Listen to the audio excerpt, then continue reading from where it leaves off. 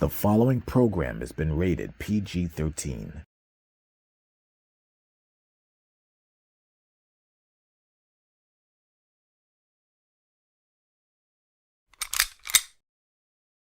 Shalom Israel, giving honor and praise to the Most High God on this Friday night Sabbath. You voted it, you wanted it, and here we are again once more. And once again, it is my pleasure to be here. It is my pleasure to serve Israel. It gives me the greatest joy to do this. Now, I want to jump right into the subject matter here tonight because we are going to be talking about interracial marriage. Now, this is something that is affecting many throughout Israel. I can't say all, but I will say many. Now, a lot of people happen to think that this is a controversial issue. It's not. It's not controversial. The Most High God's laws, statutes, and commandments take precedence over everything when it comes to the Israelites. We have laws that we must follow that the Most High set out for us. So there's nothing controversial about this at all.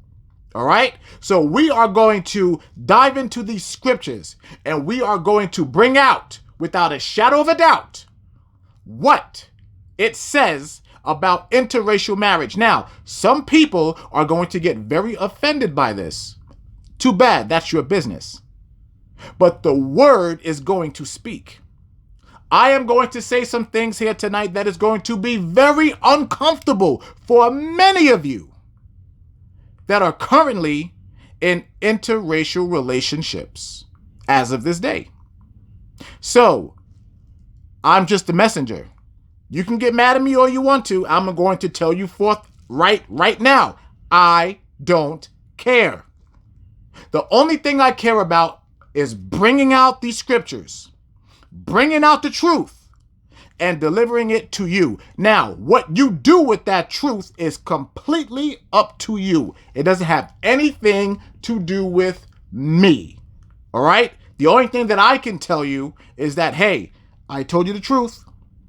So let's go ahead and jump into this. So, of course, as you know, I always want you to open your Bibles, the 1611 King James Version Bible with the Apocrypha. I also want you to take notes. I guess I need to start mentioning that more often. I want you to take notes, get a pad, pen, pencil, or electronic device, whatever it is, but write down these notes, these scriptures that I'm telling you in your notes so that you can always go back and refer to them. So we are going to open this up with Joshua chapter 23, verse 11. All right, Joshua chapter 23, verse 11. I'm going to start this off, and here we go. Take good heed, therefore, unto yourselves, that ye love the Lord your God. Now, I want to stop right here because some people will read that and completely brush over it. You know, they're just reading to read, and they're not reading to understand. So I'm going to read this again. Take good heed. So it's saying you better listen up. You better listen good. Therefore, unto yourselves, that ye love the Lord your God. So now, that's very vague. And especially if you are wrapped up in Christianity. Oh, just love God. But you actually have to know what the Bible says as how you are to love God. So now I want to go to 1 John chapter 5 and verse 3 because it's going to give us the answer. 1 John, or 1 John as some people call it, chapter 5, and we're going to go down to verse 3. Listen very closely. For this is the love of God, that we keep his commandments, and his commandments are not grievous. So do you see what the love of God is? The love of God is to keep his commandments. And grievous means grievous means hard. He said his commandments are not hard to do. So that's what this is. If you love God, and if you say you love God, you have to keep his commandments. Point blank, bottom line, there's no running around that. That's what it is. So now let's go ahead and go back. Let's go back to Joshua 23:11. And here we go. Joshua chapter 23, verse 11. I'm going to read it again. Now that you have the proper understanding of what it is to love God. Take good heed, therefore, unto yourselves, that ye love the Lord your God. Is that plain enough? Verse 12. Else, if ye do in any wise go back and cleave unto the remnant of these nations. What is it talking about now? Cleave means to hold on to. Who are you holding on to? These other nations.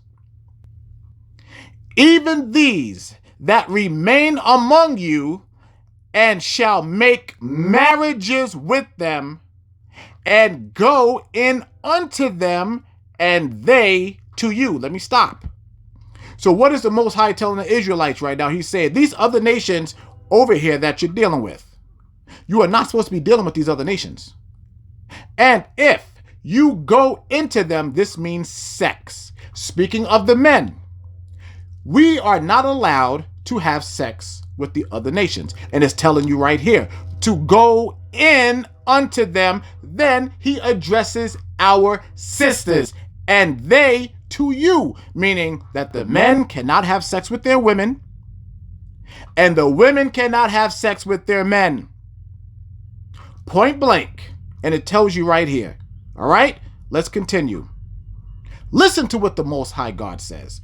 Know for a certainty that the Lord your God will no more drive out any of these nations from before you, but they shall be snares and traps unto you, and scourges in your sides, and thorns in your eyes, until ye perish from off this good land which the Lord your God hath given you. Now, so what's the scenario? What's going on here? The Most High God right now has the Israelites in power. He has them in power. So what's happening? Now that we are in power, we are not to be dealing with these other nations. Because what was happening back then? The men of Israel and the women of Israel, they were marrying the other nations. Now you are going to find that there is a common theme all throughout the scriptures that we are going to bring out today. Now, do you see what the Most High promised here? He said, now, if y'all want to continue to deal with these nations, I am not going to save you from them anymore. I'm not going to drive them away from you anymore. So in other words, you are going to take the punishment what's coming to you. Now, let's go back and review some of the things that the Most High said about these other nations, what it means to Israel. Let's see. But they shall be snares and traps unto you. So now, most people don't like to read, and they really don't know the true definition of things. So let's go ahead and get it. The first one I want to get a snare. What is a snare? Let's pull up the definition of a snare. Snare definition: a trap for catching birds or animals, typically one having a noose of wire or cord. Okay, so now let's go ahead and get another one of those there. Let's see, scourges. Let's see what the definition of scourge is, Israel. Because remember, I'm always going to break things down thoroughly. Let's see. Scourge, a whip used as an instrument of punishment. So do you see what the Most High is saying here, Israel, about these other nations and what they are going to be to you when you marry them? Okay? And let's continue. And thorns, you know what a thorn is. Thorns in your eyes. Painful in your eyes. Until ye perish. Let's get the definition of perish. Because you know you have to break things down for people. Oh, that ain't what it mean. That ain't what it mean. Well, I'm going to show you what it means. Perish, suffer death, typically in a violent, sudden, or untimely way. So now, I can just go ahead and stop the lesson there. But of course, you know me, I'm not going to do that. But that was only one verse here in Joshua. Okay? That was just one. So now, let's go ahead. We're going to go to the book of Tobit.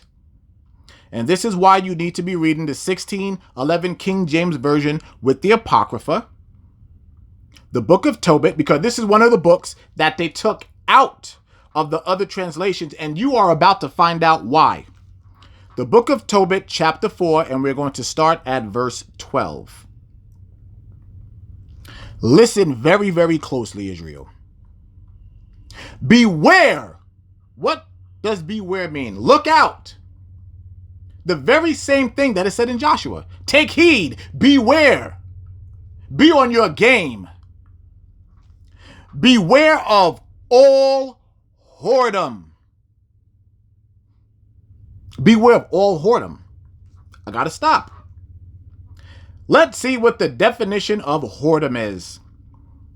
We gotta get it, Israel, because if not, there's going to be those out there. There's going to be a lot of you that be like, oh, that's not what that means. Oh, no. Like I said, we're not playing no games tonight.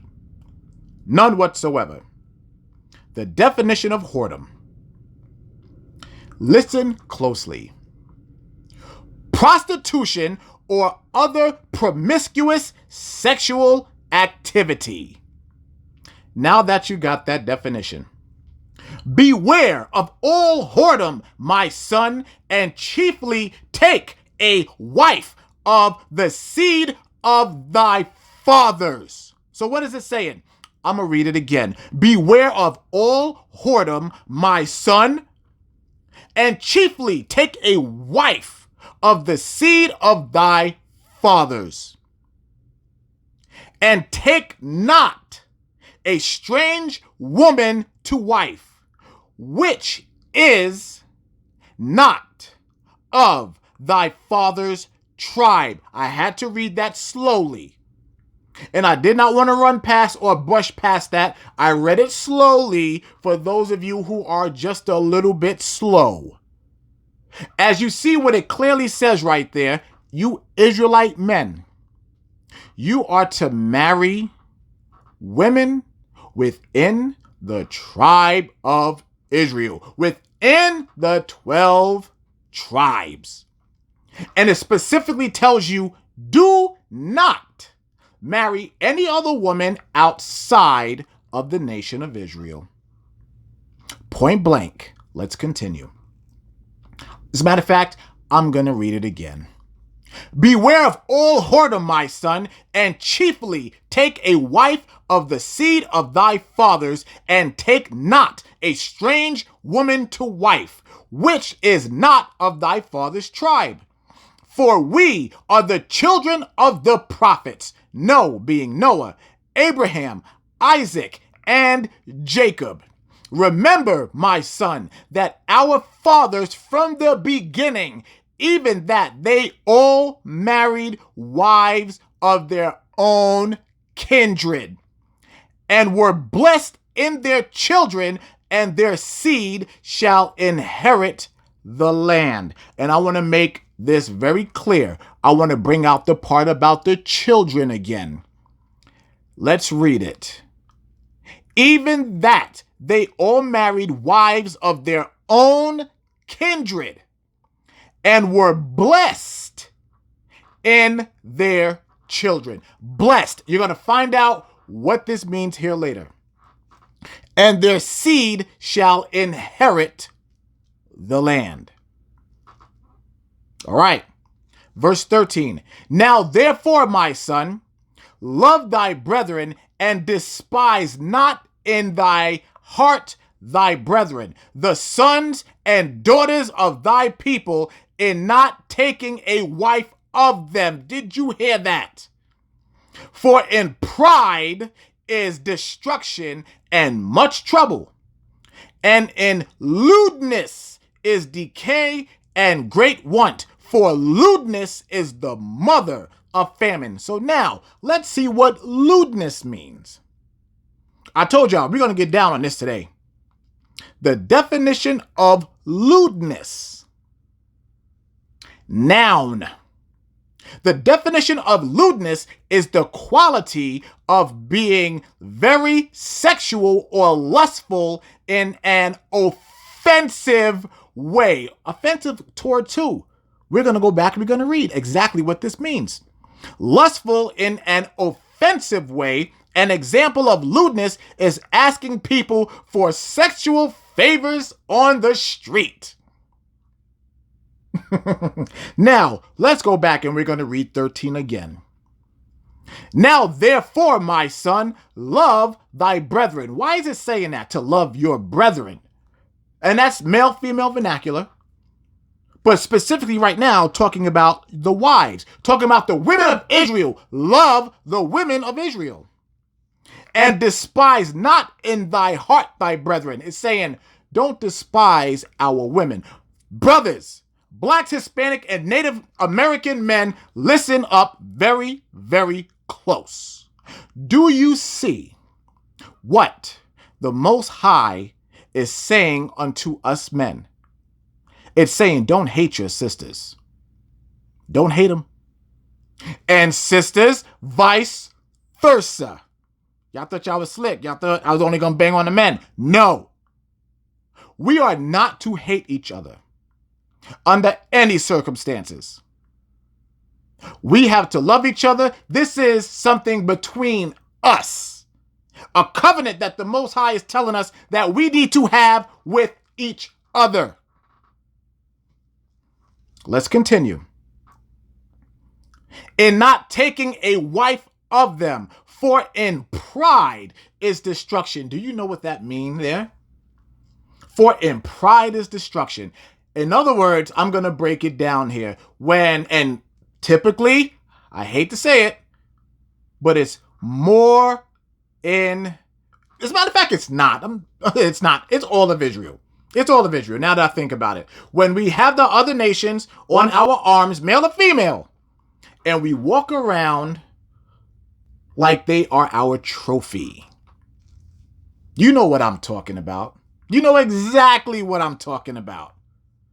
Putting them up right there on display for everybody to see. Oh yeah, I got this one. Yeah, look at what I got. Israel, you know what I'm talking about. And the Most High is telling you, you cannot do that. For in pride is destruction and much trouble. Much trouble. And in lewdness is decay. What is decay? Death. And great want, for lewdness is the mother of famine. I think that made that very, very clear. Now, we are only 2 scriptures in. And we can go ahead and stop it right there. But of course, we're not going to do that. We can't do that because we are going to dig into these scriptures and dig deep. All right. So now I want to go to Deuteronomy chapter 7. This one here is one of my favorites. I told you that before. Deuteronomy 7:6 is one of my favorites. But for those of you, have you ever read prior to that? 1, 2, 3, 4, 5, then got to 6. Watch this. Watch this, Israel.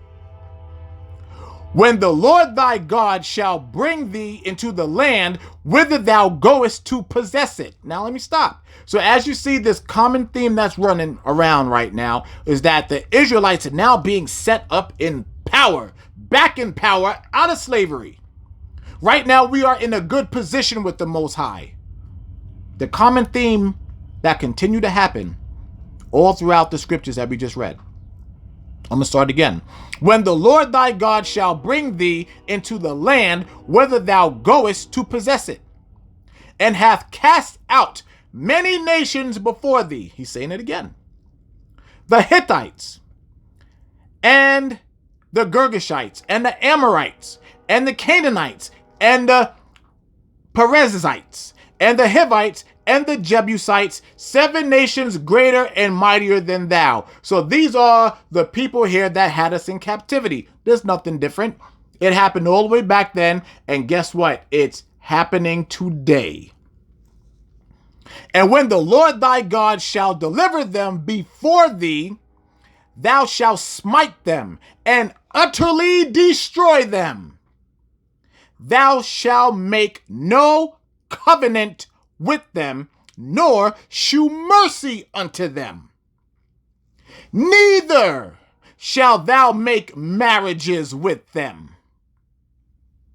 Thy daughter thou shalt not give unto his son, nor his daughter shalt thou take unto thy son. That is point blank, packed, plain. Do you see that? So let's go ahead and break this down here a little further.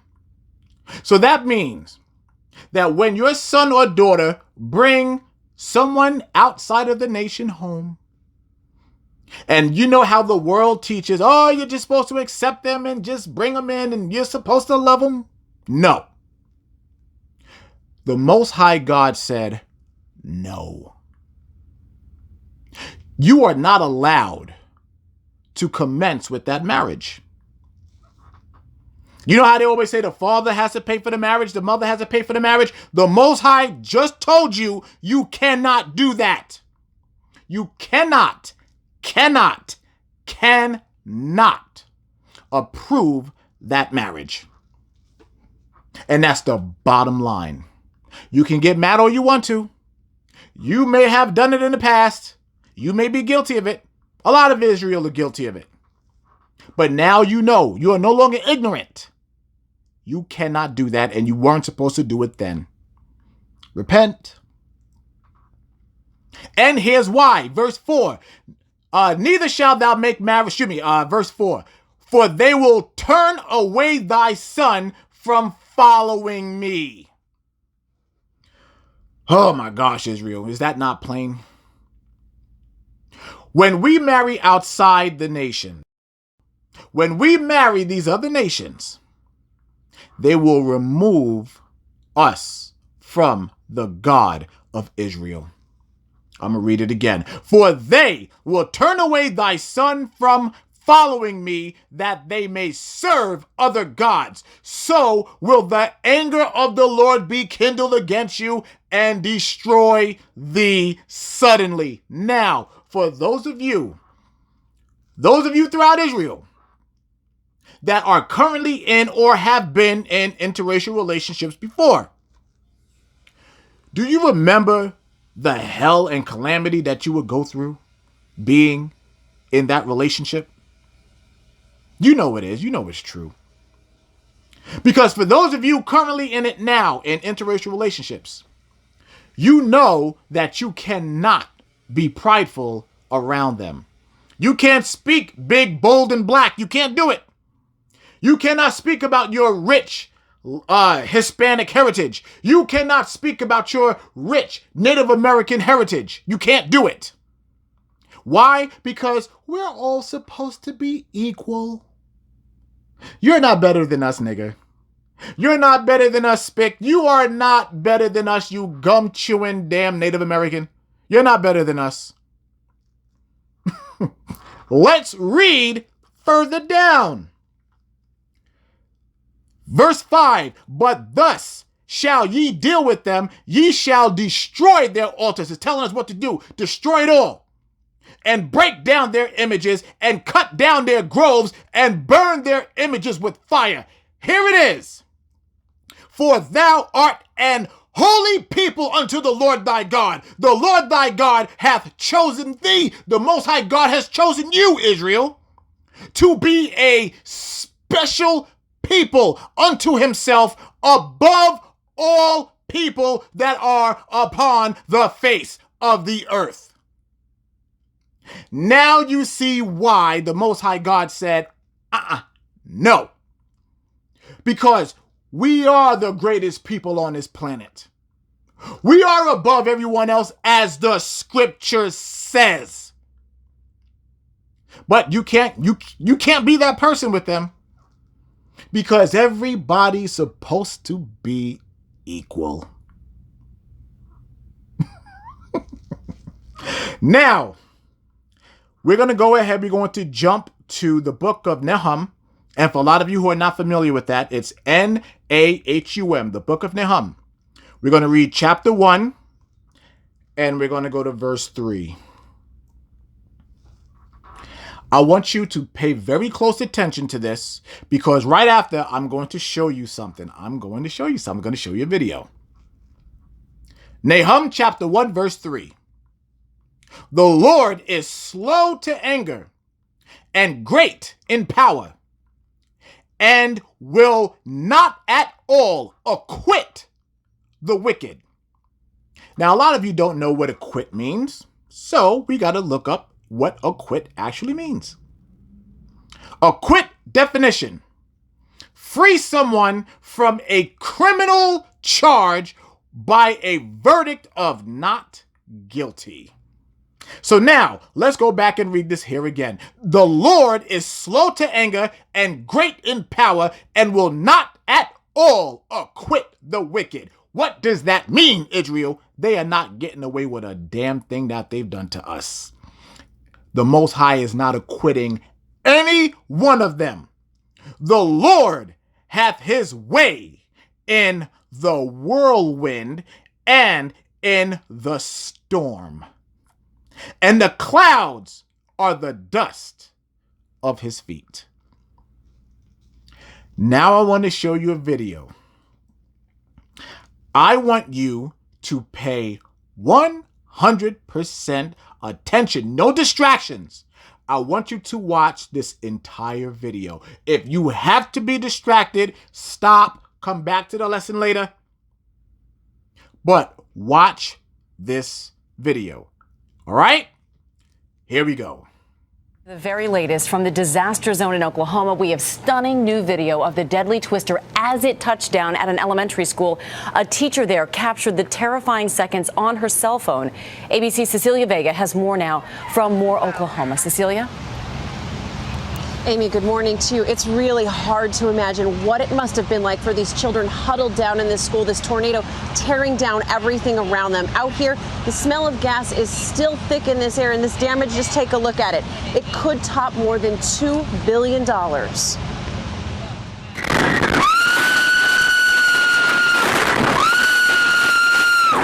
You can't see it, but you can hear it. Terror in the darkness, just as the massive EF5 twister is tearing through Briarwood Elementary.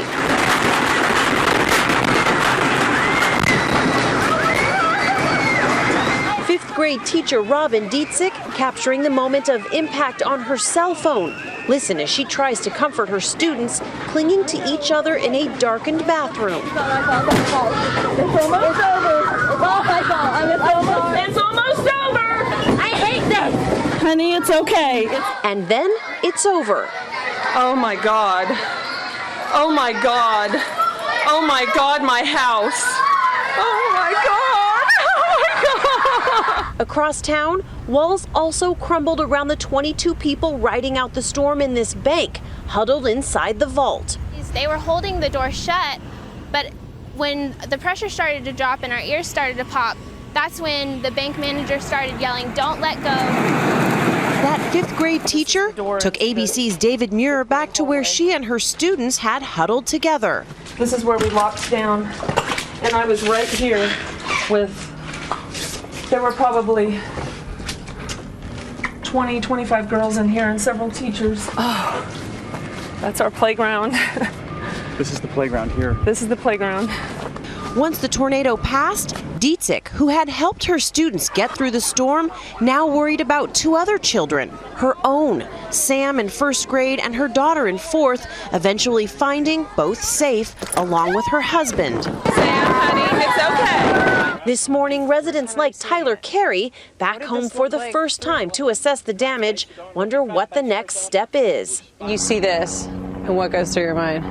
First thought is just, where do you begin? He says they'll start by saving what little they can find in the rubble. Tyler! Yeah, okay. And what they found was a blanket that Tyler Carey's grandmother had made for him. Now this morning you can see these And here, these thunderstorms, the rain hampering those efforts for those residents going back into those homes this morning. Between 12,000 and 13,000 people's homes impacted by this tornado. The number of people left homeless by this is still unknown. And Amy, the White House says that the president will be paying a visit to Moore, Oklahoma this coming Sunday. And Cecilia, I mean, those were such harrowing moments that we just witnessed. And yet... Okay, Israel, you saw that. I want to go ahead and I want to read that one more time.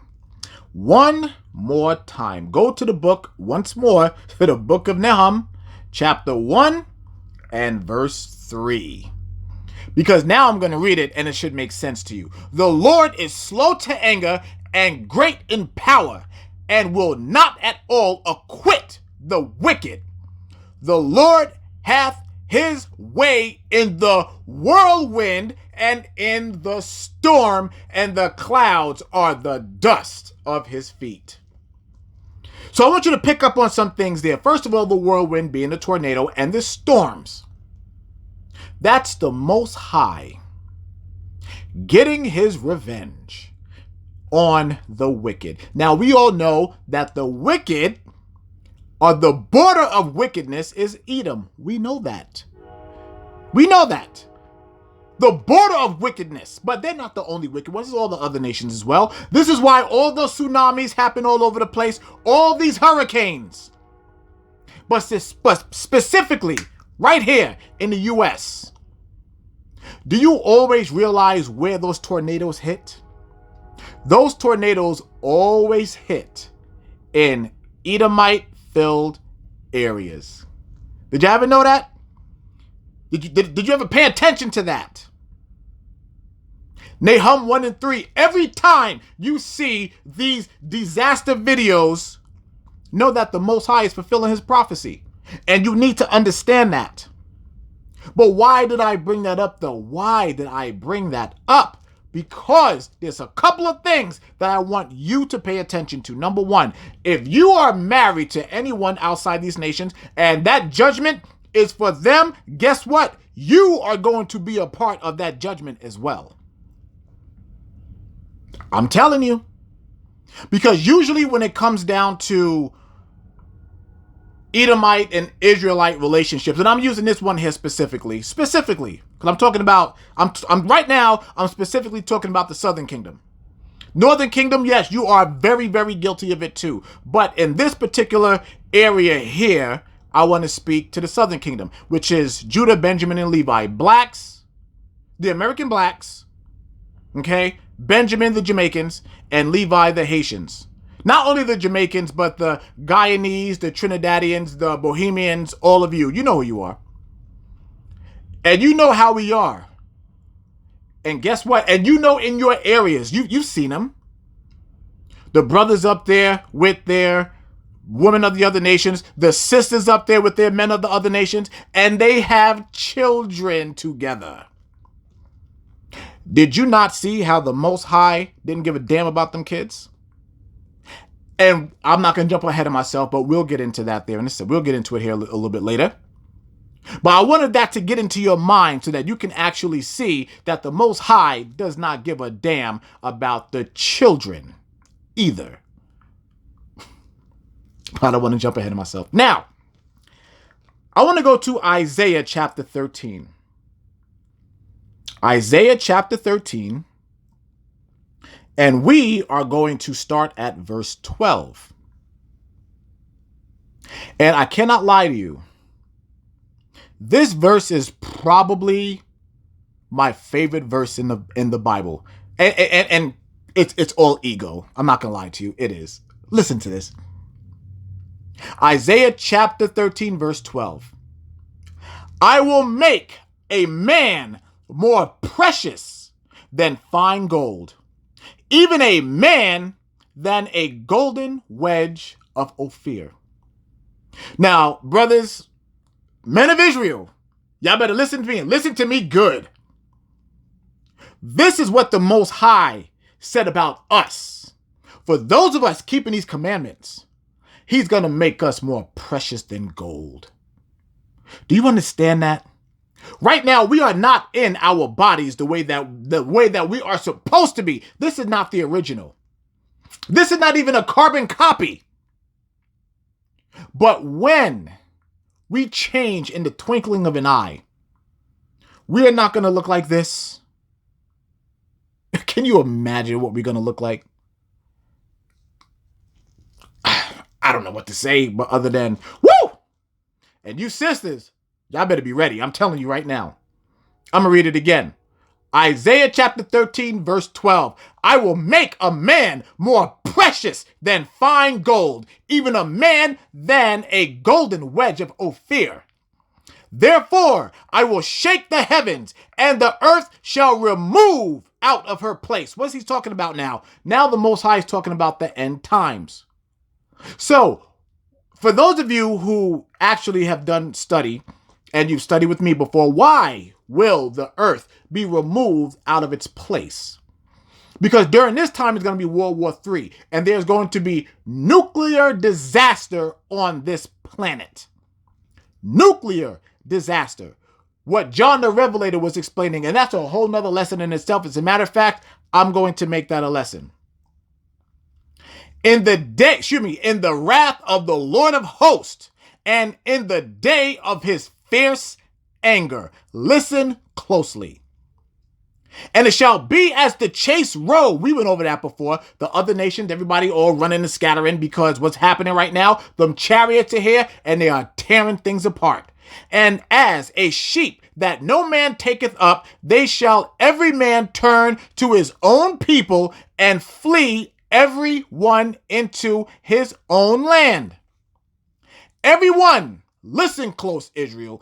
Everyone that is found shall be thrust through, meaning with what? Whether it be laser beams, whether it be swords, whether it be fire, weapons, whatever it is, you are going to die. And everyone that is joined unto them shall fall by the sword.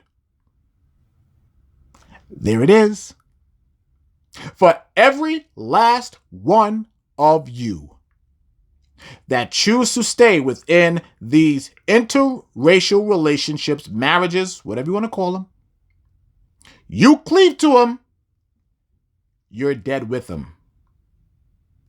Understand that. Verse 16. Remember the tornado video. Their children also shall be dashed to pieces before their eyes. Their houses shall be spoiled and their wives ravished. So didn't I tell you that the Most High did not give a damn about them kids? Didn't I tell you? Here it is in the scriptures. Right here. So now, do you remember when we were talking about, let's go back to verse 12. I will make a man more precious than fine gold, even a man than a golden wedge of Ophir. Now, why am I sticking to that? Why do I keep going back to that besides it being my favorite? Because now I want to go ahead and I want to show you another video. I'm not going to give any introduction to it, but being now, and I want you sisters to pay attention. Pay very close attention to the video that's coming up right now. All right? Without further ado, here we go. Women have a natural inclination to choose the alpha of their species. It's literally in our nature. Just as it's in a man's nature to be a fucking horn dog. Yeah. So we choose superior men. And superior men are beautiful black kings. And they've been superior since the dawn of motherfucking time. And they are coming and they are spreading their beautiful seed all across Europe. And no matter how hard little pin dick Trump wants to try and keep them out of the United States of America, they're coming here too. And they're going to breed all your little white country daughters that have never met a black man before.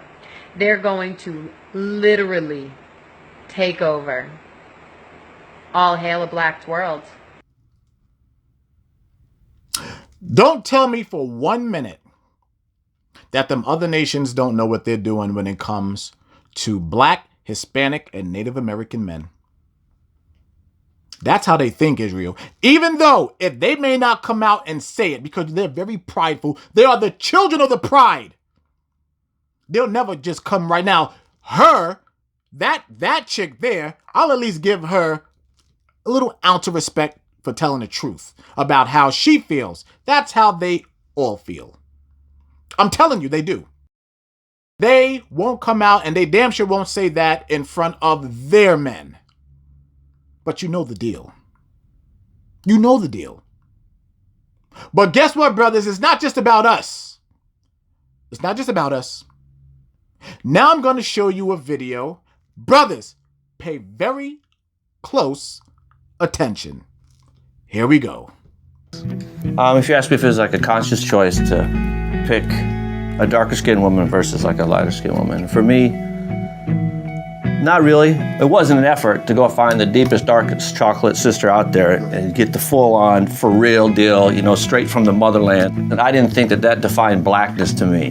You know, you're not more ethnic if you're darker. It's just, that's how to be who Joni was. But when you look at her, there was nothing about that color of her skin that defined her. Okay. Brothers, men of Israel, as you see, they're after our women too. It's not just us. It's both. King and queen. Prince and princess. Because they know what the end is all about. They know. I tell y'all this all the time. They know. They will not be forthright in telling you. They're never going to give you that satisfaction. But they know. Don't think for 1 second that the Most High don't reveal their spirits for all to see. He does. They know what's coming. They know where the real beauty is. They know what it's all about. Oh, yes, they do. And I'm bringing this here to your attention, both male and female. I'm bringing it to your attention because this is something that is widespread all throughout Israel. A lot of the time, the sisters like to blame the brothers, and the brothers will sit and blame the sisters. Stop. No. This is all throughout Israel. And the blame game has to stop. Why? We're reading the scriptures. What do the scriptures say? The scriptures say that it is not allowed. Okay. So now, I want to go to the book of Nehemiah. So for those of you that know me, y'all know Nehemiah. Y'all know that's my dude right there. Yo, I love me some Nehemiah. That's my dude. Now we're going to go down to chapter 13. And we're going to start at verse 23. Nehemiah chapter 13, verse 23. So I want you guys to pay attention to this entire thing. And let me just go through it. Let's just start. In those days also saw I Jews. Who are the Jews? Israel. That had married wives of Ashdod and Ammon, who are the Japanese, and of Moab, who are the Chinese. Are those Israelites? No.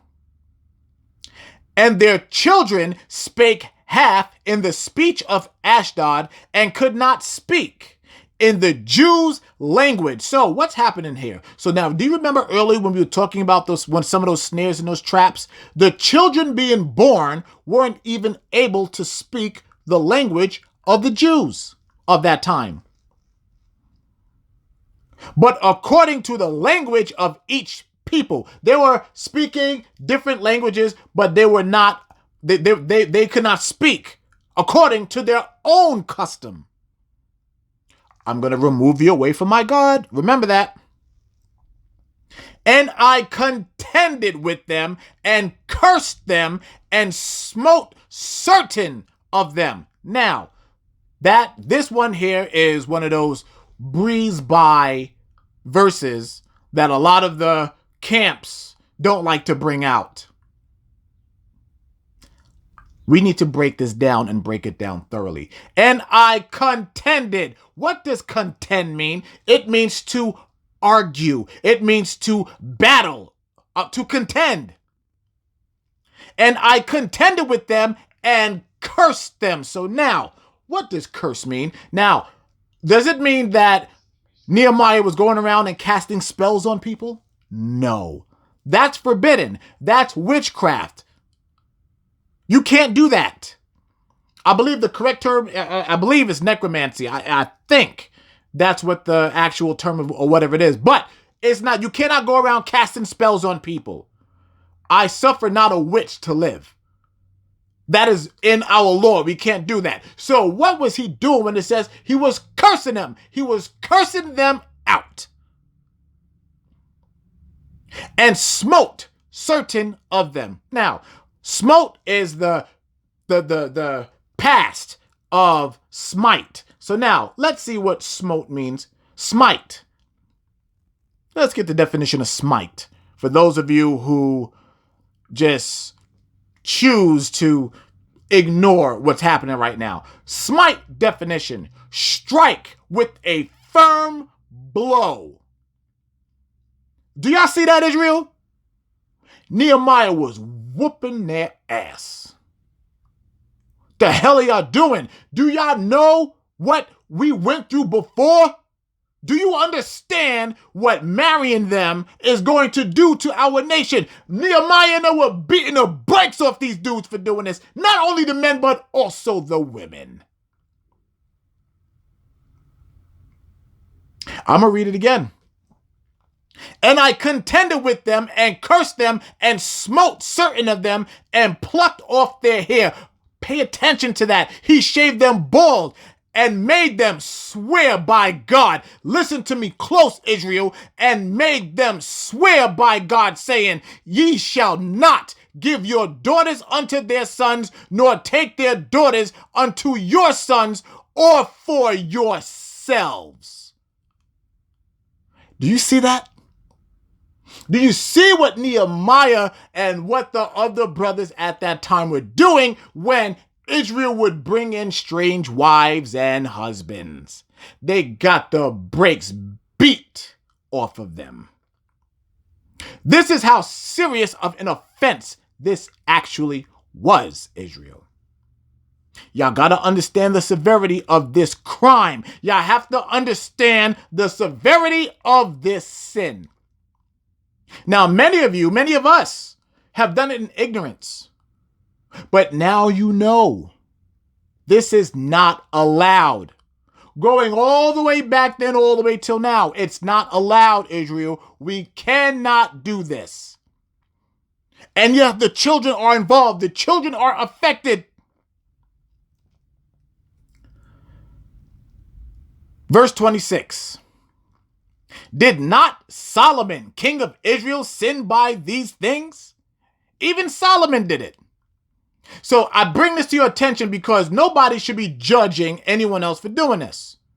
This goes all the way back. This is nothing new. Nothing new at all. Did not Solomon, king of Israel, sin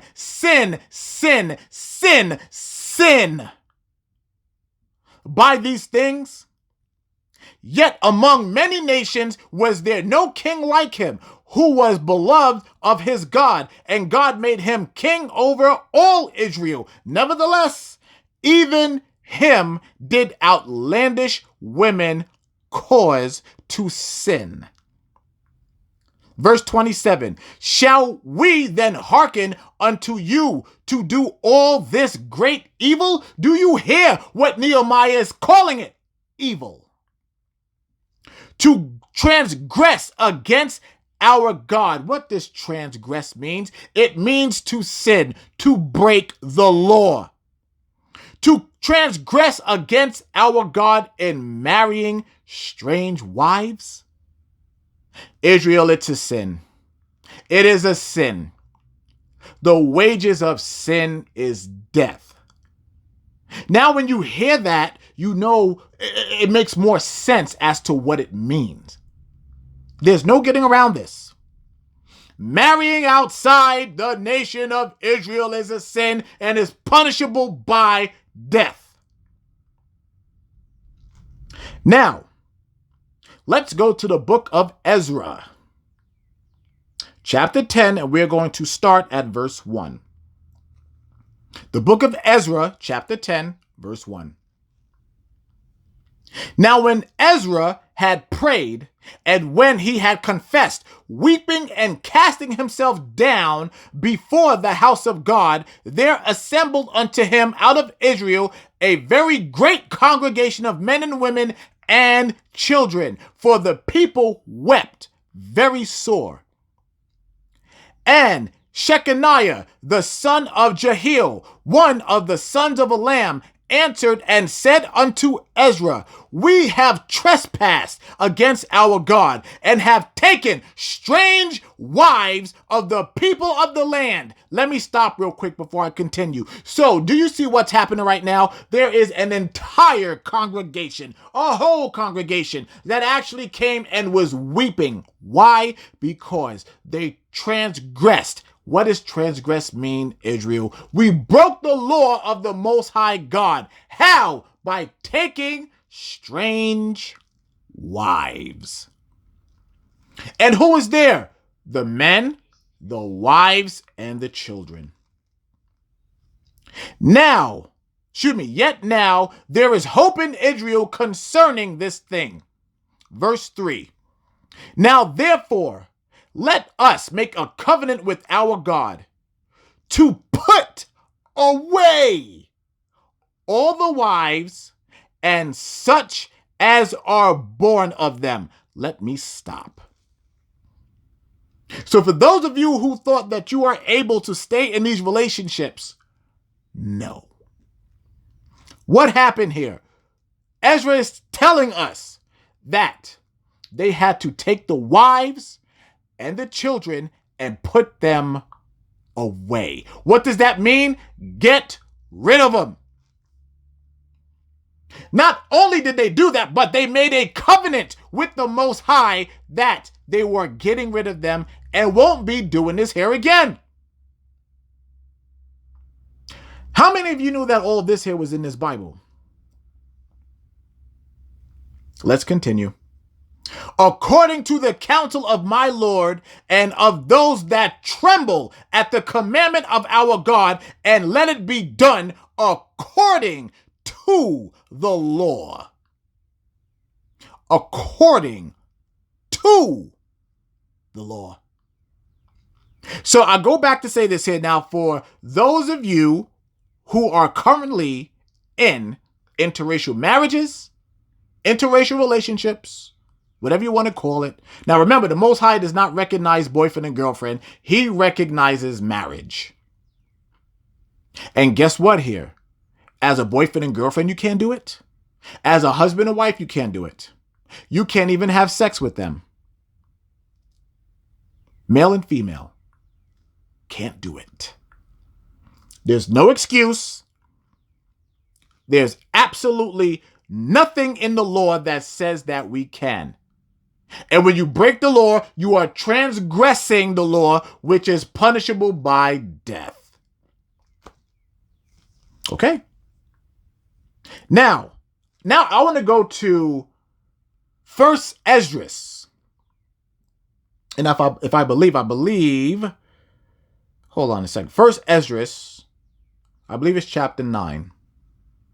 Now, Esdras, Ezra and Esdras is the same person. And I want to bring this one here to your attention because there's so many people that try to get away from saying that the Apocrypha is canon. I'm going to show you exactly that it is. All right? I'm trying to move this here. So first, Esdras chapter 9, and I'm going to read verse 1 through 3. All right, here it is. Then Esdras, rising from the court of the temple, went to the chamber of Jonan, the son of Eliasib, and remained there and did eat no meat nor drink water, mourning for the great iniquities of the multitude. Let's stop. This is the very same account that we read in the book of Ezra, chapter 10. The very same account. This is canon to the Bible. Verse 3. And there was a proclamation in all Jewry and Jerusalem to all them that were of the captivity, that they should be gathered together at Jerusalem. The very same account. Jump down to verse 36. Same book, verse 36. All these had taken strange wives, and they put them away with their children. The very same thing that we read in Ezra. The very same thing. What happened here? This same account, Israel. They had to take the women of the other nations and the children born unto them and put them away. They could not be a part of Israel. That's the law, Israel. That's what it says. Now, let me stop for a second. Why am I bringing all this up? Why am I talking about this whole interracial marriage thing? I'm going to tell you why. I'll tell you why right now. I am so sick and tired of these camps. Not all the camps, some of them, that are going around with this false doctrine that the Israelites are going to be taking the women of the other nations and bringing them into Israelite concubines, raping them and having them as sex slaves. I am so sick and tired of you evil ass men on the streets and in your camps teaching that that is something that is going to happen. It is not. It is not biblical. You cannot prove that because it is not in the scriptures. And you hear it all the time. And I am so sick and tired of it. So what I'm going to do, I'm going to contend you with scripture. So now I want you to go to 1 Kings. 1 Kings, because we're going to put an end to this madness, this stupidity today. 1 Kings, we're going to go to chapter 11. 1 Kings chapter 11. Now, Israel, I want you to pay attention and I want you to listen closely. 1 Kings chapter 11, verse 1. But King Solomon, now did we not already read about him?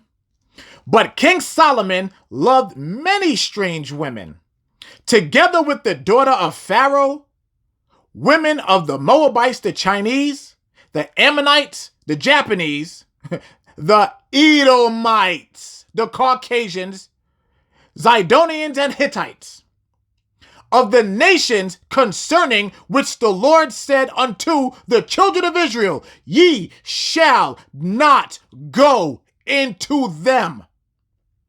Shall not go into them, meaning talking to the men of Israel. You cannot have sex with these women. Neither shall they come in unto you.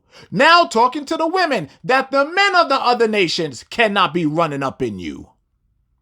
For surely they will turn away your heart after their gods. We read this account already. Solomon clave unto these in love. So what is it saying about Solomon? Solomon loved the other nations.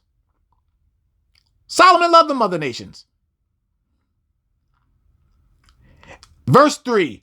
And he had 700 wives, princesses, and 300 concubines. This right here is where these evil ass Israelites try to sit and prove that they're able to do this. Let's continue. I'm going to start it again. And he had 700 wives, princesses, and 300 concubines, and his wives turned away his heart.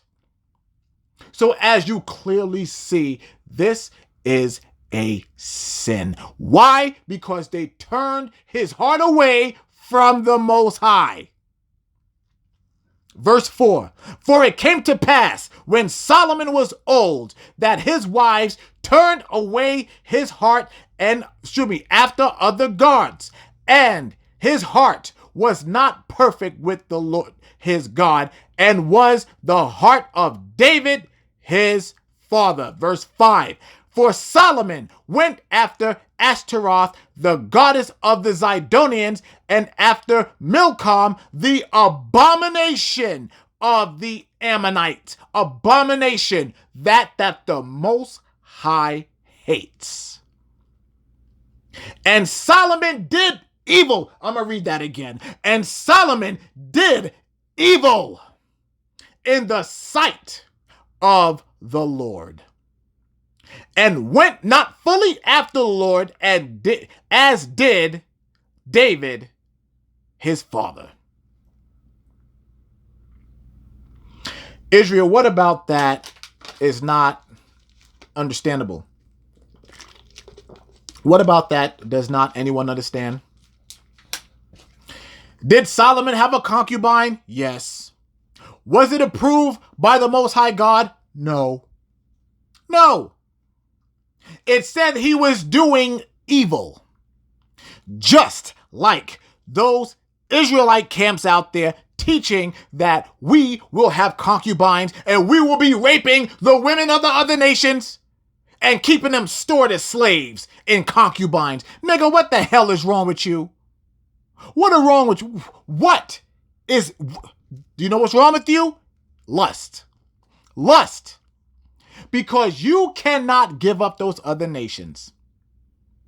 So let me go ahead and tell y'all, Israel, how this usually works. Now, if you watch their videos, and I could call them out right now, but I'm not going to. These are still my brothers and I love them, but they're evil. Now, usually the way that this works, they'll go ahead, the cameraman will go ahead and pan. They'll see some attractive little cute white girl or Indian girl or Moabite Chinese girl or Arab and Ishmaelite. They'll see them coming and they'll pan to them. And now these brothers standing on their crates or platforms or whatever they stand on, or whether they're standing right there on the street or whatever, they'll start calling them out. Now, if you notice, they only do it to the cute ones. They don't do it to them ugly ones. They'll do it to the cute ones. And they'll call them over. Come here. Do you know what the Most High God has in store for you? And they'll sit there and do that. Now, sometimes they'll get some of them that'll sit there and listen. But it is not until they run across that proud woman of her nation, that proud one, that proud Edomite, that proud Moabite, that proud Ammonite, that proud Ishmaelite. And now comes the problem. Now, those women, those proud women of the other nations, now they reject these brothers' advances. Now they got the problem. Now they're insulted. Oh, fuck you, bitch. Oh, you going into slavery. Revelation 13, 9 through 10. Men of Israel, say it loud, ox, so everyone can hear it. Raise your voice like a trumpet. Now these brothers are mad. Now they're mad. And here they are cursing them out and doing all that nonsense and rhetoric versus teaching the men and women of Israel. They put all their focus because they can't get their lust under control. These evil men. And let me tell you something right now. A lot of you are a part of those camps. Male and female, you are just a big part of the problem because you are supporting that false doctrine. I'm going to tell you right now, you are the bigger part of the problem because you keep them going with your monetary support and showing up.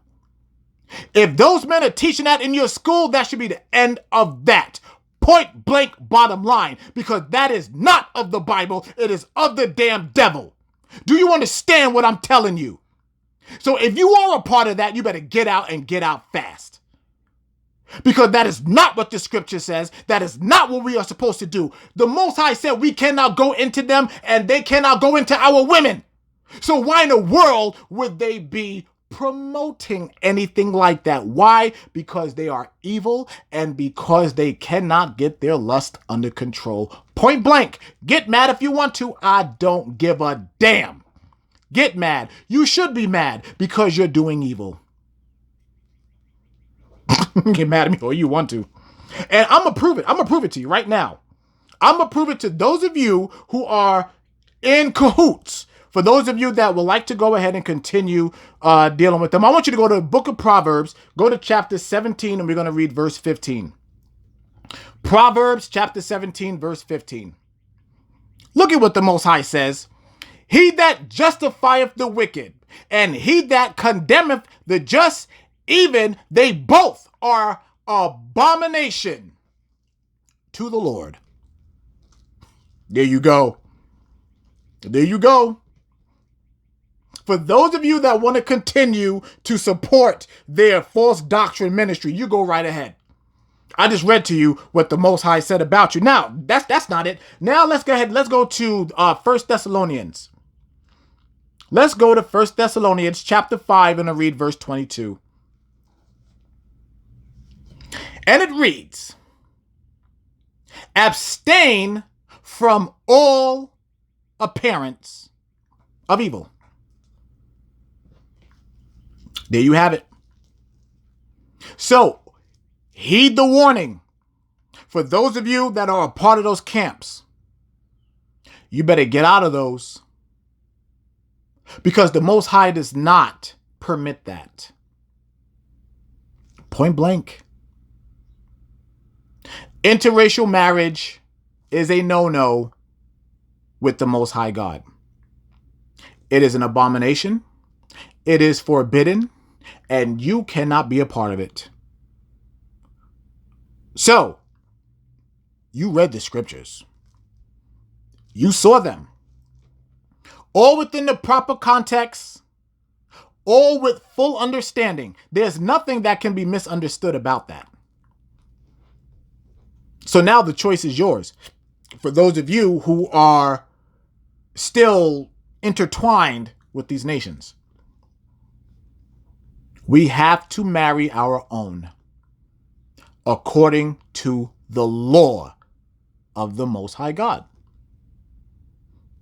Israel, there it is. This was not hard.